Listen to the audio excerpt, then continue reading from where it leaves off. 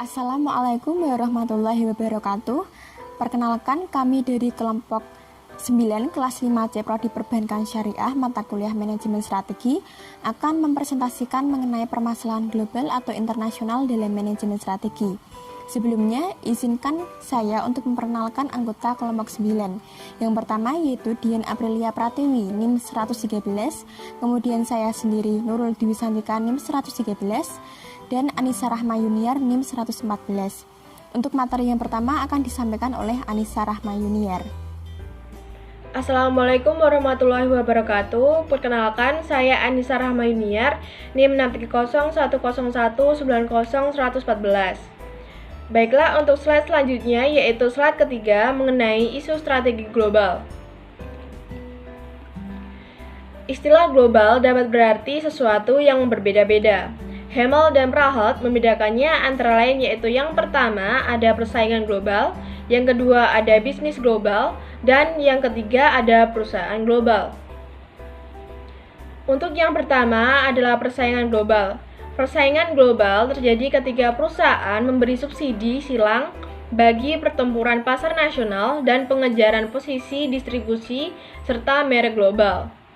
Daripada fokus dengan keras pada pasar nasional, persaingan global memerlukan perusahaan untuk menyerang persaingan pasar di seluruh dunia, termasuk pasar dalam negeri dan pesaing asing.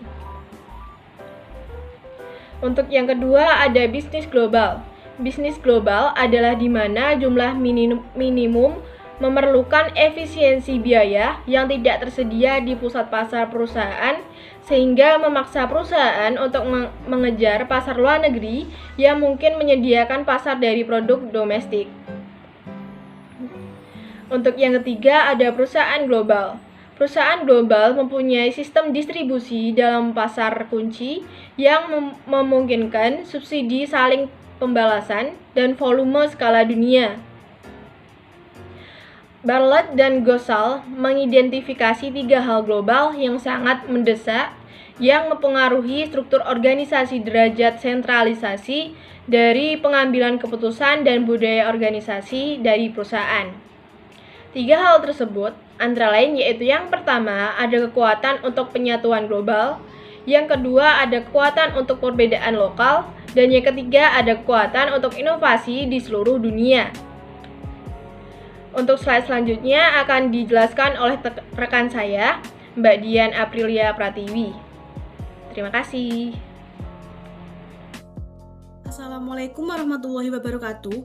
Sebelumnya, perkenalkan nama saya Dian Aprilia Pratiwi, NIM 63010190111 dari kelas 5C Perbankan Syariah. Di sini saya akan melanjutkan presentasi dari rekan saya, yaitu Anissa Rahma Yuniar. Selanjutnya, dalam PPT pada slide ke-6 terdapat materi yaitu berbagai problem dalam implementasi manajemen strategi. Menurut Hunger, terhadap hasil survei 93 perusahaan-perusahaan, beliau menemukan 10 macam problem ketika mengimplementasikan sebuah strategi perubahan. Berikut adalah ke-10 problem tersebut yang disusun berdasarkan tingkat frekuensi kejadian. Yang pertama yaitu, implementasi berjalan lebih lambat dibanding dengan perencanaan yang direncanakan pada awalnya. Yang kedua, munculnya berbagai masalah yang tidak terduga. Yang ketiga, koordinasi dalam implementasi tersebut belum efektif. Yang keempat, perusahaan memberi perhatian yang berlebihan terhadap aktivitas persaingan dan penanganan krisis, sehingga kurang memperhatikan implementasi yang harus dijalankan. Yang kelima, kemampuan sumber daya manusia yang terlibat dalam perusahaan tersebut implementasinya masih sangat kurang. Yang keenam, pendidikan dan pelatihan sumber daya manusia di tingkat bawah kurang memadai. Yang ketujuh, tingkat terkendalinya faktor-faktor lingkungan eksternal. Yang kedelapan, kualitas kepemimpinan dan pengarahan dari para manajer tersebut kurang memadai. Yang kesembilan, tidak jelasnya implementasi pada tugas dan aktivitas kunci pada perusahaan tersebut. Yang ke-10, pemantauan aktivitas oleh perusahaan dalam sistem informasi yang dimiliki perusahaan itu kurang memadai. Sekian presentasi dari saya dan materi selanjutnya akan dijelaskan oleh rekan saya yaitu Nurul Dwi Santika. Terima kasih. Wassalamualaikum warahmatullahi wabarakatuh. Selanjutnya, saya Nurul Dwi Santika NIM 113 akan melanjutkan penjelasan dari Mbak Dian, yaitu mengenai tantangan dan cara mengatasi permasalahan global atau internasional dalam manajemen strategi. Salah satu yang menjadi rujukan adalah apa yang diungkapkan oleh Michelle E. Porter, kompetisi dan kemampuan SDM dalam merumuskan strategik yang tidak memadai dan terburu-buru. Ada 44,367 perusahaan bangkrut dan masih banyak perusahaan Amerika Serikat yang bermasalah. Sukses merupakan kinerja yang tidak sementara dan tidak permanen. Contoh, IBM dinobatkan sebagai perusahaan terbaik versi Fortune tahun 1986. Pada tahun 1995 anjlok ke urutan yang ke-281.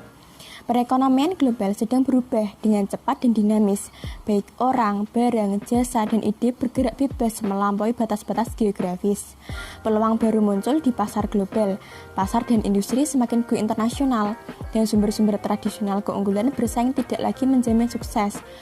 Bahwa kunci sukses baru adalah fleksibilitas, inovasi, kecepatan, dan integrasi. Kemudian, cara mengatasi permasalahan global atau internasional dalam manajemen strategi. Cara mengatasi ditawarkan adalah meningkatkan kemampuan dan kompetensi perusahaan atau organisasi dalam mencegah permasalahan atau masalah, melakukan analisis strategik yang lebih detail dan capable agar bisa mengambil alternatif terbaik. Melibatkannya karyawan dalam formulasi strategi yang dapat meningkatkan motivasi dalam meraih tujuan serta menghindari berbagai penolakan terhadap perubahan yang terjadi.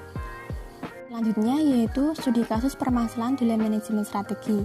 Yang pertama, permasalahan manajemen strategi masa pandemi COVID-19.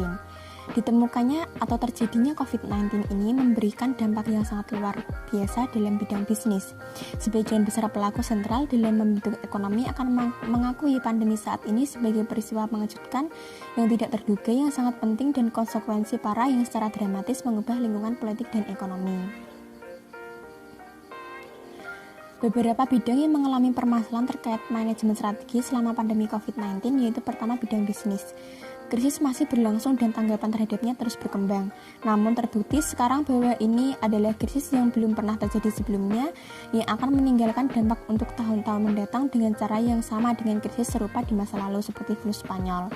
Kemudian dalam bidang keuangan, ketidakmampuan atau ketidakpastian kronis yang disebabkan oleh peristiwa krisis mempengaruhi ketersediaan sumber keuangan kewirausahaan untuk pemula dan usaha kecil dan menengah atau UKM. Yang selanjutnya dalam bidang pengembangan sumber daya manusia atau Human Resource Development. Di antara tantangan paling krisis yang dihadapi para pemimpin krisis adalah mengevaluasi situasi, apa yang terjadi dan apa yang harus dilakukan untuk mengatasinya.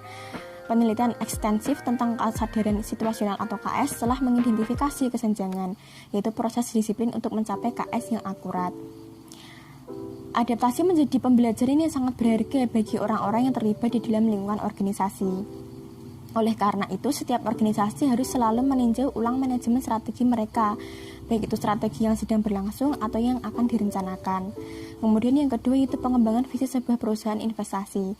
Sonoma Investment Capital adalah sebuah perusahaan yang bergerak di bidang investasi. Namun dalam perusahaan tersebut tidak mengembangkan visi yang formal. Sudah sempat mengembangkan visi yang formal namun tidak berjalan. Nah, penyebab atau beberapa faktor penyebab kegagalan pengembangan visi tersebut yaitu adanya manajemen senior di Sonoma bingung untuk mengkomunikasikan visi perusahaan. Kemudian yang selanjutnya motivasi dari pengembangan visi Sonoma datang dari bawahan. Seharusnya pimpinan perusahaan yang lebih dulu peduli terhadap visi perusahaan. Kemudian yang selanjutnya konflik dan kebingungan yang terjadi saat pengembangan visi cukup membuat manajemen menolak motivasi dan momentum. Kemudian konflik yang terjadi dalam proses pengembangan visi membuat manajemen kaget. Dan yang selanjutnya yaitu efek lingkungan eksternal pada sebuah organisasi di Nigeria. Lingkungan eksternal organisasi sangat berpengaruh pada organisasi. Aktivitas organisasi tersebut akan terpengaruh oleh lingkungan eksternal. Lingkungan bisnis di Nigeria menunjukkan berbagai faktor permasalahan seperti penjualan yang rendah, tingginya harga produksi, kurangnya akses bahan baku dari luar, kurangnya suplai listrik, dan kurangnya kualitas dari barang dan juga jasa. Isu-isu itu membuat kurangnya integrasi dan koordinasi pada berbagai subsistem perusahaan di Nigeria. Kesimpulan dari hal tersebut yaitu sebuah perusahaan yang ingin sukses harus memahami tren dari lingkungan eksternal akan membuat perusahaan dapat memiliki strategi yang sesuai dengan tren lingkungan eksternal.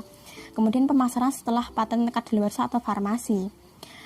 Pangsa pasar di Samosil di Prancis dapat dipertahankan sampai 10 tahun. Pada tahun 1996 ada sedikit penurunan pasar karena kompetisi dari generik dan juga kompetisi dari jenis antibiotik yang lain. Perusahaan lalu membuat strategi baru karena penurunan tersebut. Strategi tersebut yaitu melakukan inovasi pada banyak hal. Perusahaan farmasi juga melakukan penurunan harga. Cukup sekian presentasi dari kelompok 9. Semoga dapat bermanfaat dan menambah ilmu dari teman-teman semua. Terima kasih. Wassalamualaikum warahmatullahi wabarakatuh.